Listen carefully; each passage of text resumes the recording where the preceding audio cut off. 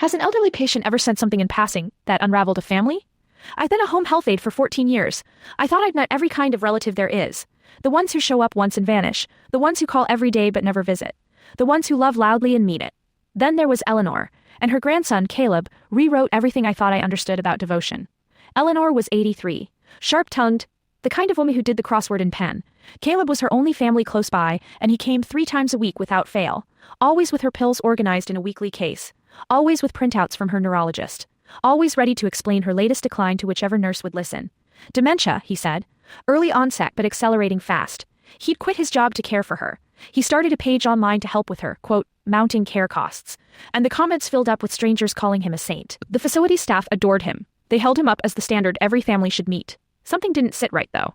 I couldn't have told you what. His prescriptions came from 3 different pharmacies, never the same one twice in a row. And on the days he wasn't scheduled to visit, Eleanor was a different woman entirely, finishing the crossword, needling the aides about the coffee, telling stories about her late husband with the dates and names all intact. Then, Caleb would walk in for his visit, and within the hour, she'd go glassy and slow, like a light dimming behind her eyes. One Thursday, he arrived early, before I'd started my rounds. He told me she'd had a rough night and needed to rest quietly today. She gets mixed up about things, he said, tucking her blanket in with practiced care. If she says anything strange, don't put too much stock in it, okay? That's just the disease talking. He kissed her forehead and reminded her low, like he didn't think I'd hear, remember, Grandma, sleepy today. That's our deal.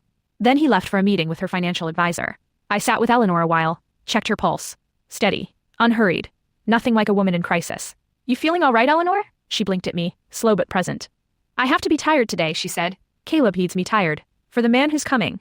I paused. What man? The one who signs the papers, she said, picking at her blanket the way you describe a chore. He says if I'm sharp, the man asks too many questions, and Caleb doesn't get the house. My stomach dropped. Does Caleb give you something? To make you tired? She nodded, matter of fact. In my juice. He says it's my medicine, and I have to drink all of it, or I'll get confused about who loves me. I kept my voice even. Do you feel confused a lot, Eleanor? Only after the juice, she said. And only when he needs me confused. She looked up at me then, suddenly uncertain. The fog just barely lifting. He said, if I tell anyone, they'll say I can't take care of myself, and put me somewhere I don't know anybody. You won't let them do that, will you? I stepped into the hallway and pulled her chart. Then the months before it. The pattern was right there, once I let myself see it. Prescriptions that never overlapped between pharmacies. A rotating cast of doctors who'd never compared notes. A fundraising page I'd almost donated to myself. And a durable power of attorney appointment, scheduled for that very afternoon. I called Adult Protective Services from the nurse's station. When I described the sleepy days and the juice, the caseworker went quiet, in a way I recognized.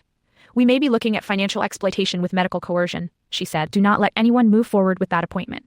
I told the facility director, and we kept Eleanor in her room with tea and the crossword, while Caleb was asked to come in and review some paperwork. 2 caseworkers and a detective were waiting for him instead.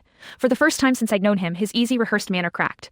The investigation moved quickly once someone started asking the right people the right questions. His financial advisor confirmed the power of attorney meeting was the 3rd attempt in 2 months.